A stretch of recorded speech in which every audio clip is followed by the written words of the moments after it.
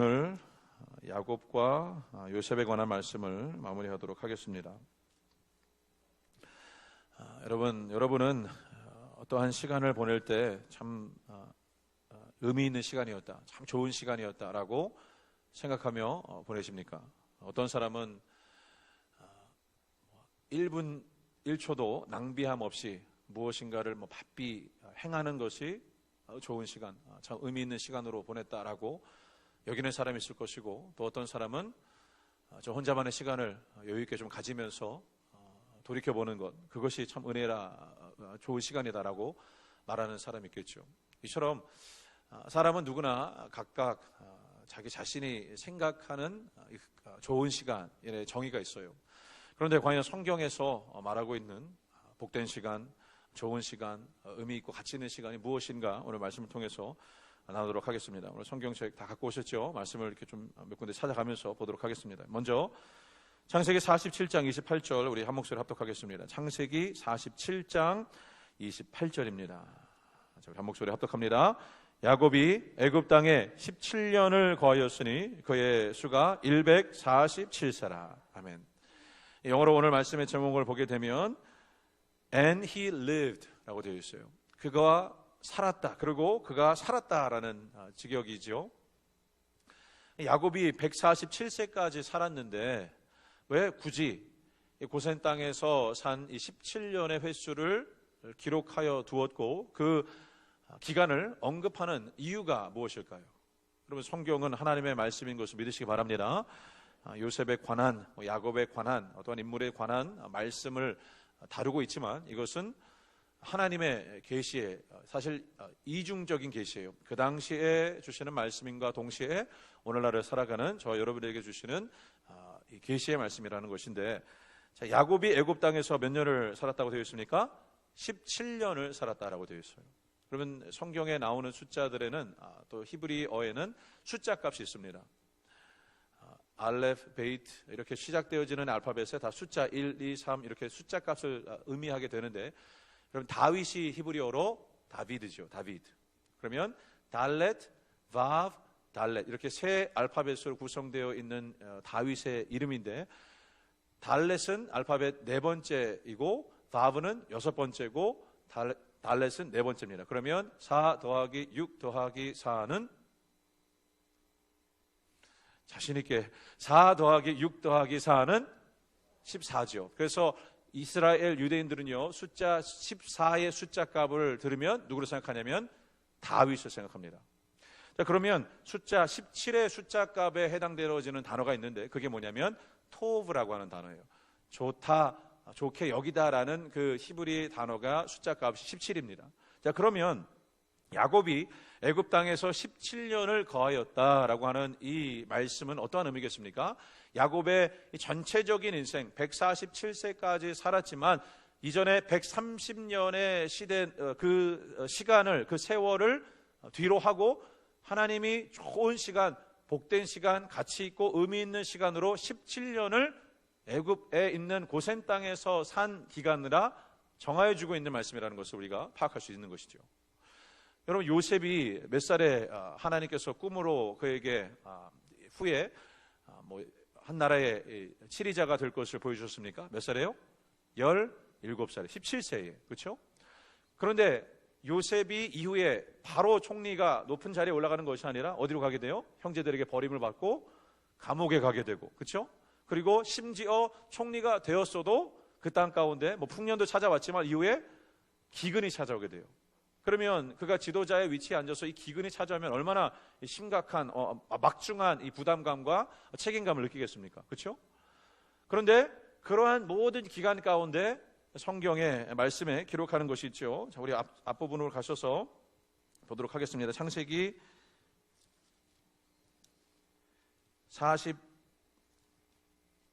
39장으로 가보세요. 창세기 39장 23절. 창세기 39장 23절 우리 한 목소리 합독합니다. 시작.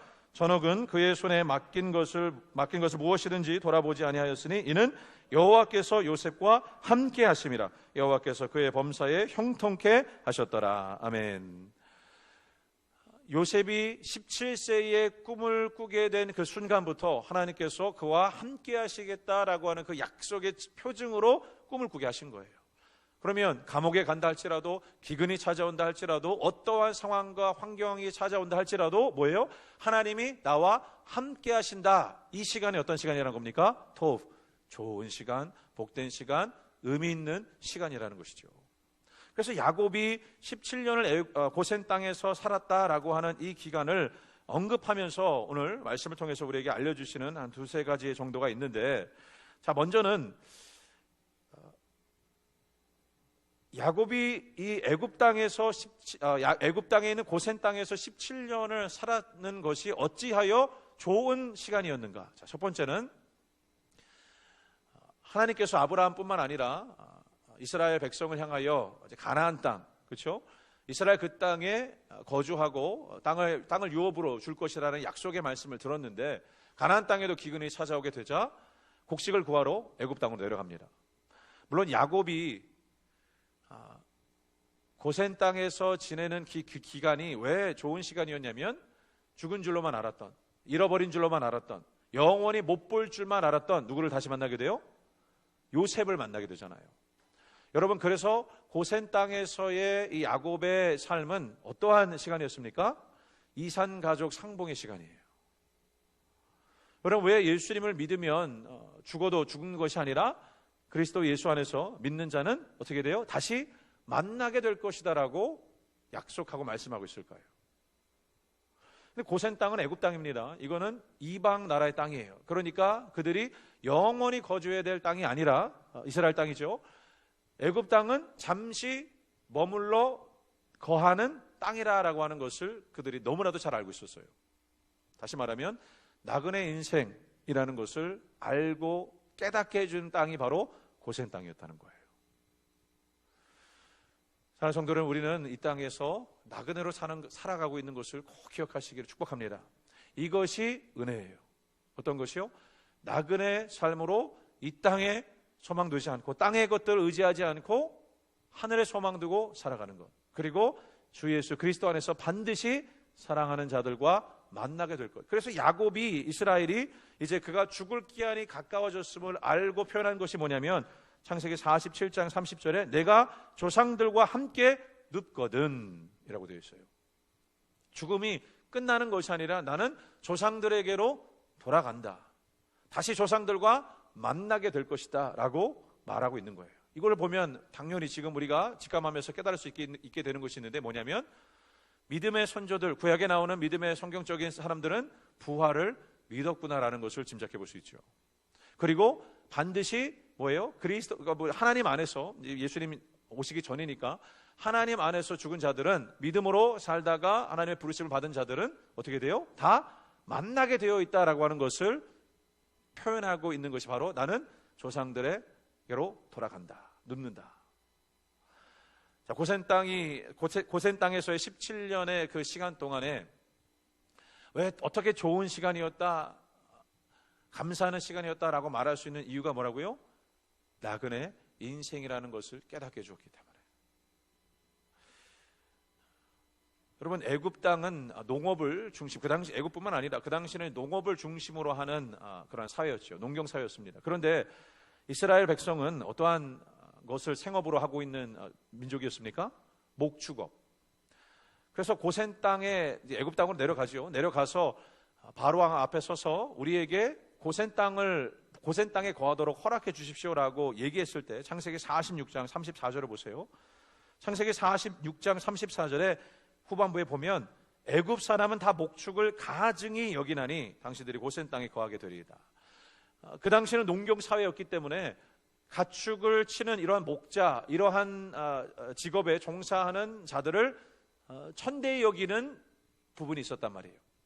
근데 요셉을 통해서 애굽, 바로뿐만 아니라 애굽 사람들이 이제 은혜를 입었기 때문에 야곱이 요셉을 찾으러 만나러 오고 또 바로 앞에 섰을 때 분명 이제 호의를 베풀어야 되잖아요. 그런데 너희들이 거하고 싶은 땅을 한번 말해 보아라 라고 얘기했을 때, 이들이 얘기한 것이 뭐냐면, 목축을 치기에, 이제 때에 따라 꼴을 치기에 좋은 이 고센 땅에 우리가 거하기 원합니다 라고 대답했으니, 바로는 어떻게 대답했습니까? 당연히 그러면 우리는 속으로는 막 직설적으로 표현하지 않아도 그럼 그 땅에 거하는 거 좋다라고 얘기를 했죠.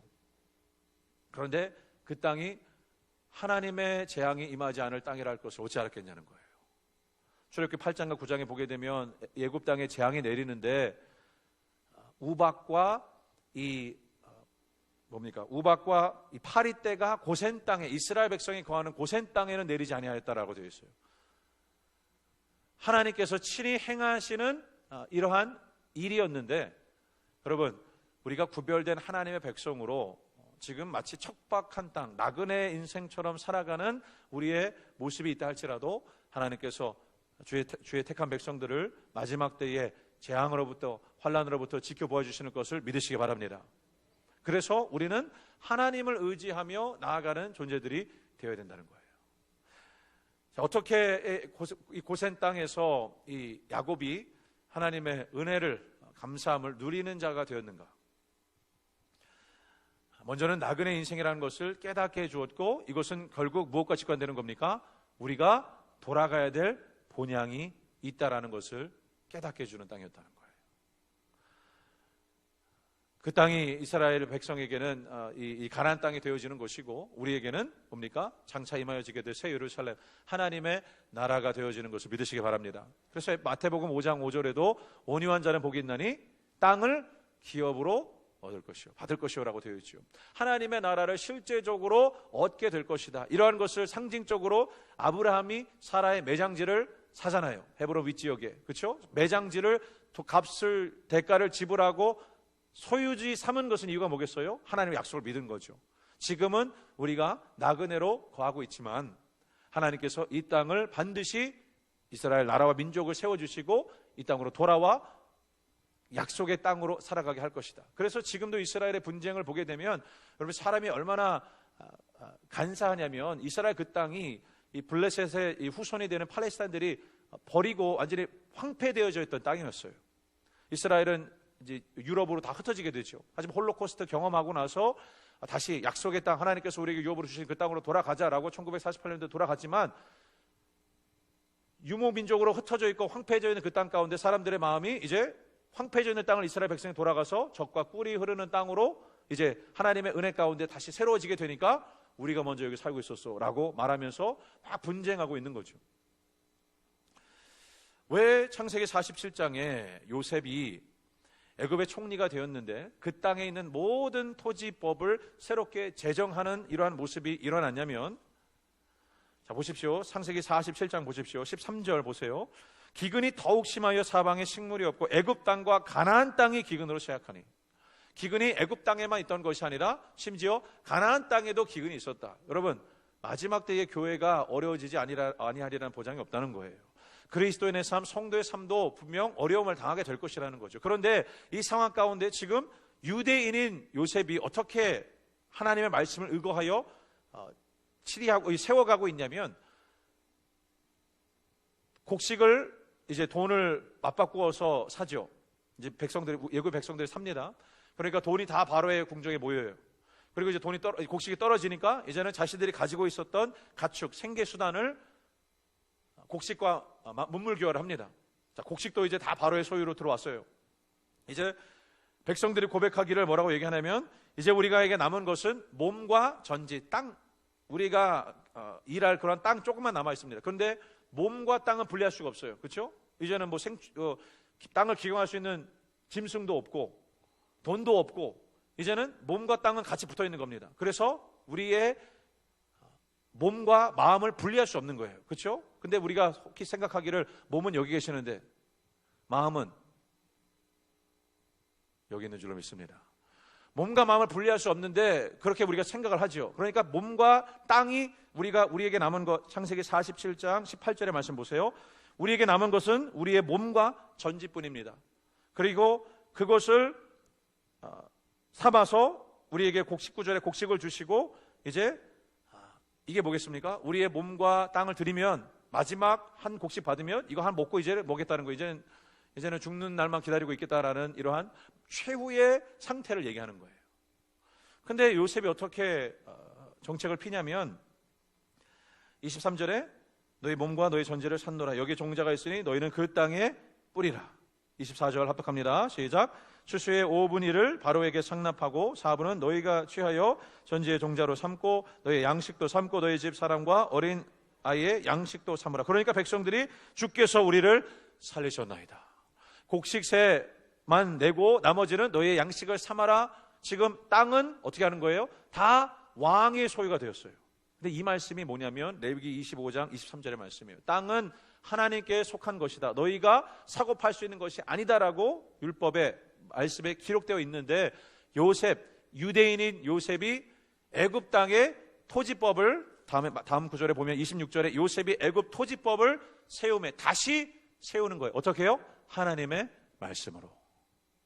하나님의 말씀으로 애굽의 토지를 다 사들여서 이제는 누구의 결정만이, 왕의 결정만으로만 행하도록 하는 이러한 말씀, 이러한 정책을 만들어 가는 거예요. 이게 무엇을 예표하는 거겠습니까? 요셉은 예수님을 예표하는 인물이죠. 주님 다시 오실 날 하나님 왕이신 예수 그리스도, 주님의 통치하심으로 다스릴 때가 온다는 거예요. 왕의 결정만으로만 살아갈 때가 오게 된다는 거예요. 지금은 뭐예요? 마치 우리가 매매하는 듯 하고 돈을 의지하는 듯 하지만 이제는 화폐 가치도 막 떨어지고 있잖아요. 그렇죠? 제가 이렇게 비유했는데 이제는 10,000원짜리 하나로 밖에서 밥 한 그릇 사 먹기도 어려운 때가 이미 시작되었죠. 그렇죠? 그리고 이제 더 나아가서는 뭔가 그 와중에서도 좀 살아남으려고 하는 이러한 본인만의 비법을 가지고 있는 것들도 이제 금방 동이 나게 될 것이고, 그러면 이제 남는 건 몸밖에 없는 거예요. 근데 몸도 이제는 뭐예요? 제가 우리 학생부와 예배할 때 얘기했는데, 이제 10대들은요, 그래도 30대 이상들은, 여기 계신 30대 이상들은 그래도 우리 때에 누리는 문화 혜택들을 좀 잘 누리고 산 세대예요. 근데 지금의 10대들은 AI, 인공지능과 실제적으로 그들의 커리어를 경쟁해야 될 시대라는 거예요. 여러분, 인공지능과 어떻게 경쟁해서 이기겠습니까? 쉽게 단적으로 얘기 드리면, 여러분, 계산기를 두드리는 것과, 그렇죠? 우리의 머리로 암산하는 것과 어떻게 그걸 따라가겠냐는 기술력을. 그런 시대가 되었어요. 그래서 여러분, 30대 이상 여러분들 축복합니다. 평안한 마음 가지세요. 크게 놓칠 게 없어요. 이제 우리는 다음 세대가 큰 걱정이에요. 그렇죠? 이러한 때에 살아가고 있다는, 이제는 몸으로 어떻게 이겨내겠냐는 거예요. 그러한 때가 이미 시작되었다는 겁니다. 그런데 어떻게 해야 돼요?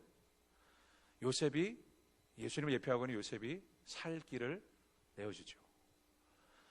이 종자를 갖다가 뿌려라라고 하는 것, 이게 마가복음에 보면 뭐겠습니까? 씨앗은 복음, 말씀을 의미하는 거예요. 그래서 말씀을 거기 갖다 뿌려라. 마음밭에 갖다 뿌려라. 그리하면 어떻게 된다? 살게 되리라. 고센 땅에서의 17년이 어떻게 야곱의 식구들에게 좋은 시간이 되었느냐면, 하나님께서 이러한 것을 깨닫게 해주시는 거예요. 보게 해주시는 거예요. 알게 해주시는 거예요. 그러니 참으로 감사, 복되고 은혜로운 시간이다라고 말할 수 있는 고백이 되었다는 것이죠. 그러면서 야곱이, 두 번째입니다. 창세기 47장 27절에 그런 말씀이 있었고, 28절에 그런 말씀이 있었고, 29절에 이스라엘의 야곱의 죽을 기한이 가까우매.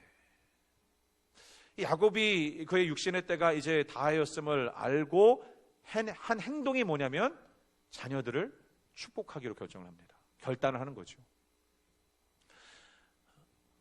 죽을 때가 가까웠으면 사람이 생각하는 게 뭐겠습니까? 조금 더 사실 살아보려고, 그렇죠?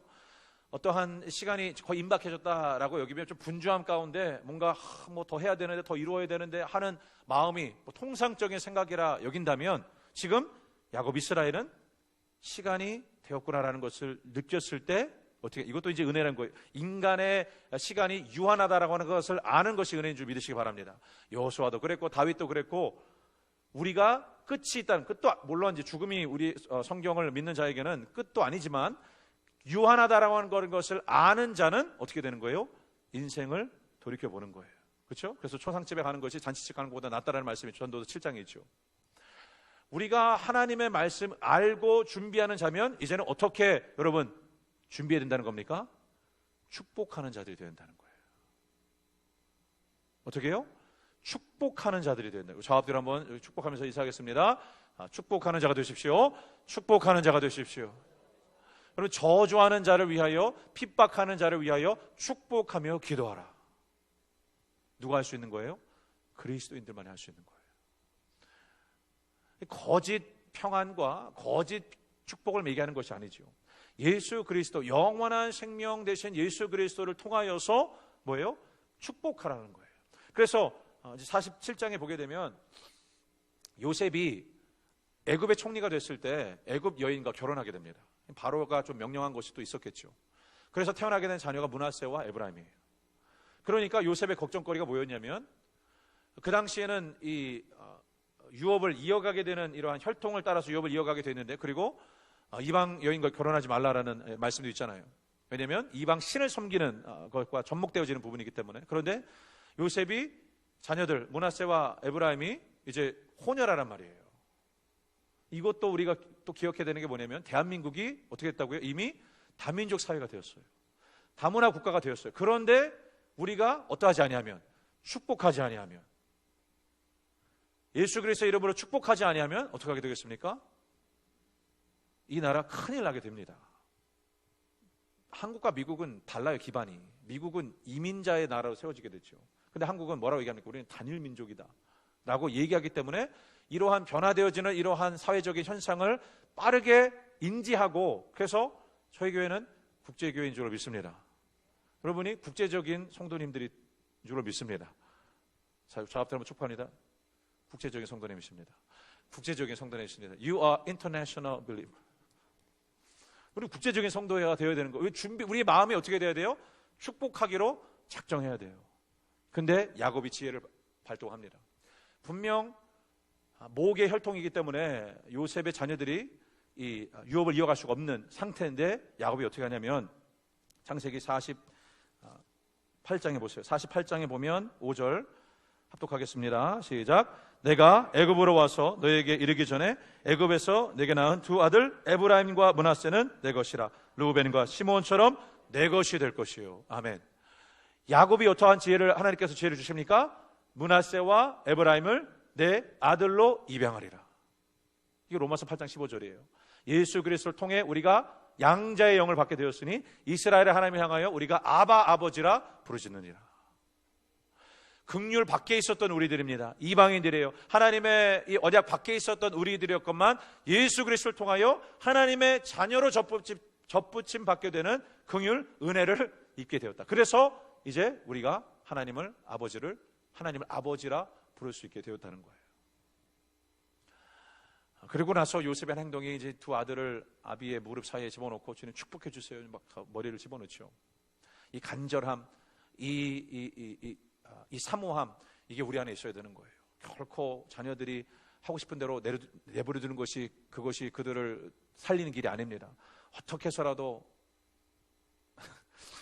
또 저렴한 표현이 나올 뻔했는데, 어떻게 해서라도 해가지고 그냥 데리고 와서 하나님 앞에, 예배 앞, 주님 앞에 앉혀놓는 것이, 그것이 그 영혼이 사는 길이에요. 여러분, 말씀 정리합니다. 반겨주세요. 어떻게 이 고센 땅에 거하는 이 17년이 야곱의 인생 147년을 통틀어서 좋은 시간, 감사한 시간, 은혜의 시간이었다라고 말할 수 있었는가? 나그네 인생이라는 것을 깨닫게 해주었고, 본향이 있다는 것을 알게 해주었고, 그래서 야곱이 어떻게 말하냐면 48장 21절에 나는 죽으나 하나님이 너희와 함께 계시사 너희를 인도하여 너희 조상의 땅으로 돌아가게 하시려니와. 나는 조상들에게로 내려가나 너희는 조상의 땅으로 올라가야 된다. 애굽 땅에 머물러 있지 말고 언젠가는 반드시 조상의 땅으로, 이스라엘 약속의 땅으로 올라가야 된다. 자, 누구를 보여주는 겁니까? 예수 그리스도께서 하늘의 보좌 뒤로 하시고 내려오셔서 죽으시고, 그렇죠? 우리를 구원하셔서, 구원의 길을 열어주셔서 이제 하나님의 품으로 올라갈 수 있는 그 길을, 은혜를 열어주셨다. 여러분, 17년의 인생을 야곱이 돌이켜보면서 감사하고 참 좋은 시간이었다라고 얘기를 해요. 여러분, 지난 한 해 가운데 여러분에게 가장 좋은 시간은요, 하나님이 함께 하시는 시간이었음을 기억하시기 바랍니다. 우리 주민교회를 향한 이 1년 동안에 하나님께서 함께 웃고 울고 기도하고 예배하고 격려하고 세워가고 한 이러한 시간들이 진정으로 주님 보시기에 어떤 시간이에요? 토브, 좋은 시간이었구나, 감사한 시간이었구나, 은혜의 시간이었구나. 우리가 여행을 가는 시간이 좋은 시간이 아니에요. 우리가 뭐 쉼으로 그러한 시간을 가리켜 좋은 시간이라고 성경은 말하지 않고 하나님과 함께한 시간.